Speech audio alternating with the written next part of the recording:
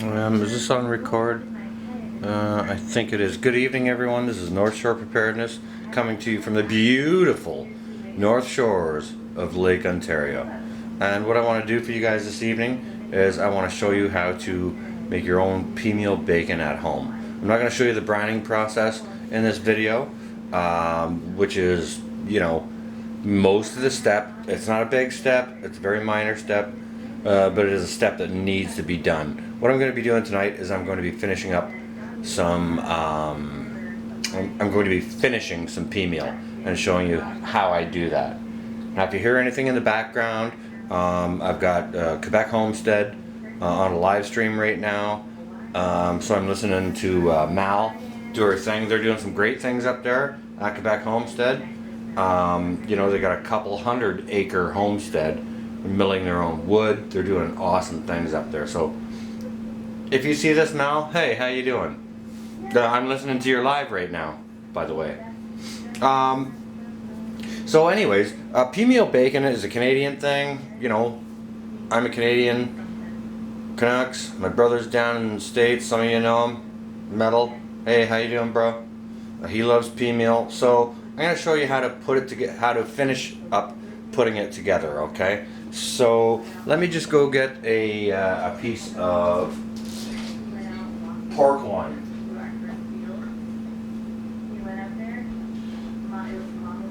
And I'll just show you what I've got here. Okay, so what I have here is a piece of brined center cut pork loin. And it still has the fat cap on it. You can see that there. Now, somebody, when they were trimming it, obviously did a overzealous job and trimmed some of the fat off the top of this. That's alright. It doesn't matter. But as you can see from the brining process, this meat is gray and appears to be sort of quote cooked. Okay, well it's not cooked, it's just brined. It's not cured. I didn't put any curing salts or anything like that in there. In the brine is a simple thing, and I will show you at another time. It's basically 2 parts water, 1 part some kind of vinegar. I, in this case, used apple cider vinegar. And then you throw in a bunch of peppercorns, crushed up bay leaves, garlic powder. You can throw anything in there that you want. If you like star anise or a 5-spice, red chili flakes, anything you want, you can put that in there in the brine to let these pickle down. But when you do throw them in the brine, you want to leave them in there. For the Peameal bacon you get in the store, it might have been brined for a day, maybe a day and a half, maybe 2, but not very much. This is the longest brine I've ever done. This is a 10-day brine, okay? So, the acid in the meat, in the brine, the apple cider vinegar, kind of cooks this, or coagulates the protein, is what it does. It's a difference between cooking it and coagulating the protein. When you cook something, the proteins coagulate. However, when you add a protein to acid, the acids also coagulate the protein. So it appears to be cooked, yet it's not cooked. You can see it's pliable. All right. So what I'm going to do is we're going to finish this process up here. I had it down in the deep brine, long time, and what I'm going to do with this one here is I'm going to coat this one in. We have a see if you can focus on that. Focus. We have a nice pure Canadian maple syrup here. Now this isn't the good syrup. I'm not using the good stuff to do this. No way. Not a chance. Absolutely no way. This is the good stuff. This is the stuff my buddy Dan made. This goes on my pancakes. Okay, but what we're going to use this syrup for is just to adhere the cornmeal to the outside of it, because that's what Peameal is. You know, we roll it in cornmeal these days, and that kind of changed sort of about 100 or more years ago. I don't know if there was a shortage of yellow peas, dried yellow peas, to grind up and coat this in. So they changed to cornmeal to roll it in. So what I'm going to do is I'm going to show you exactly that, alright? We'll go through the process. It's very, very simple. It's not difficult. But what I'm going to do is I'm going to glove up here, and we'll take you through the process on how to do this, okay? So I'm going to have glove one hand, tools the other hand, alright? Yeah, so tools, brush, items. Okay, Ma, you hate mustard? That's fine. We'll use maple syrup for you. Perfect, fine, and dandy. So, just pour a little maple syrup over the top. Hope you guys can see that, alright?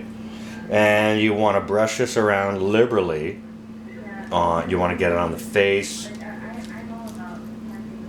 You want to get it on the face, on all the sides, back edge. Yeah, you want to get lots of it on there. So what we're going to do is we're going to use this sticky maple syrup to adhere our cornmeal, okay? So, let me just, that's all coated. I'm going to do the other side. And this, with this maple syrup, just baste it on and brush it over so that it coats the thing so that we can adhere the cornmeal, okay? It's a very simple process, but it is a process. Like, you gotta do it. It won't do itself. But, okay, so let me take you over here. So you can see that. I know I'm standing right in the light, and guess what? That's what's going to happen. Alright, so I'll just roll this, roast around in the maple syrup a little bit more, just to get some more sticky surface on it. Oh, I just bumped the camera there. Elbow. I did an elbow job. Let me just adjust this a little bit. There we are. Okay. Alright. So, here we go with the Peameal. Or, sorry, with the roast onto the cornmeal. Now, I had two different bags of cornmeal here. I'm not sure if you can see this here, but the first bag that I finished, there's very little left in the bag. It's very, very coarse. And this stuff that I have on top of it is extraordinarily fine. Doesn't really matter. Just roll that roast in your Peameal. Sorry, in your cornmeal. Roll it around in there. Yeah, pickled roast of pork. Center cut loin. You want to have the fat cap on the top for texture and fat and flavor. Fat is flavor. And fat is also palatability. You know, you eat something that sometimes it's a little bit dry or whatever. A little bit of fat goes a long way. Now, I'm not your doctor here. I'm your cook. Alright, so bear that in mind. Get yourself some fat, but you know, you get too much of it, you can work that out with your doctor or your nutritionist, whichever. I'm not either. I am your cook. Alright? Okay, so we got that going on. This is nicely coated. Press that cornmeal down onto there. Press it onto there. Press that down on there.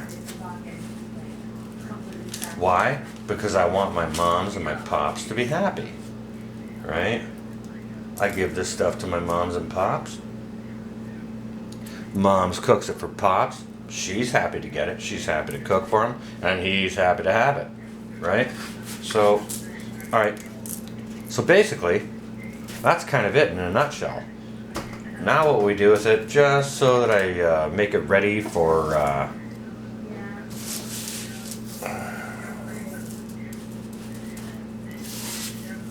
ready to store and ready to freeze and ready to transport.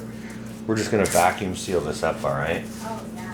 Okay, so this is a maple one, and now I've already cut out some bags for myself for my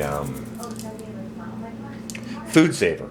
So what we're gonna do is we're going to go to the food saver right now, and we're just gonna vacuum seal these up.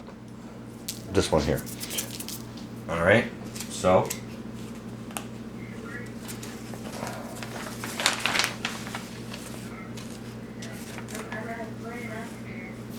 Yeah, I'm gonna grab this and try and put it in here without getting too many crumbs all over the place. There's maple on it. You see, I've written on the bag while it was flat, maple, because once you vacuum seal this up, everything gets all contorted and becomes contoured, and it's almost impossible to write on at that time. So we're just going to go ahead and vacuum seal that, label it first, and I'm just going to go ahead and let the food saver do its job. All right.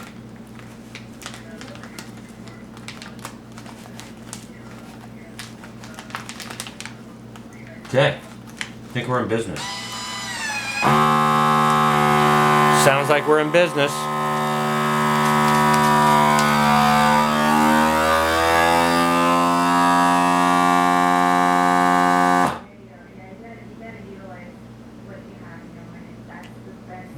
Wait for the seal to release. Click. It's going to release here shortly. There we are.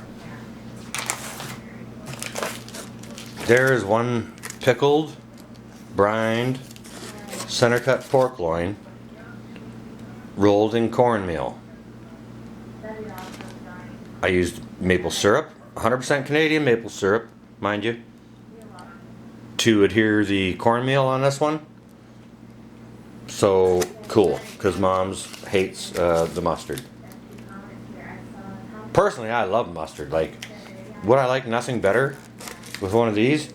You cut it into very, very thin strips, and you can either barbecue that or pan fry that. Put that on a buttered bun, and I make my own Dijon mustard, right?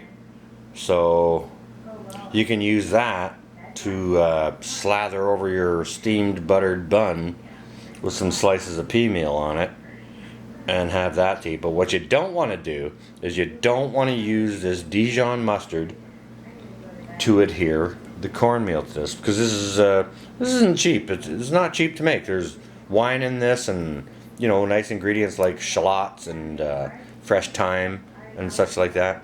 You want to use this on sandwiches or whatever application you want to use a mustard on. So we'll do another one right now just to show you. We'll get rid of this. We'll get rid of this and we'll set it up again.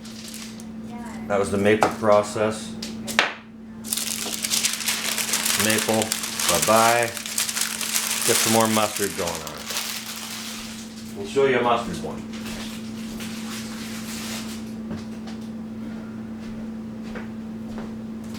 Alright. We'll show you a mustard one.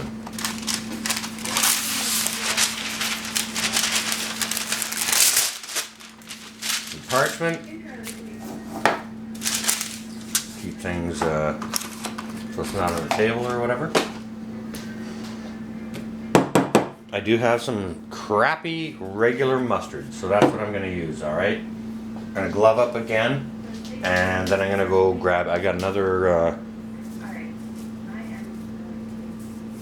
brine pork loin over there that I've actually got 3 more over there, but I'm only going to show you one more. I'll just show you this mustard process so that you guys can see it. And it's basically the same as the maple process, but it's just got mustard with it. So I'll show you guys that.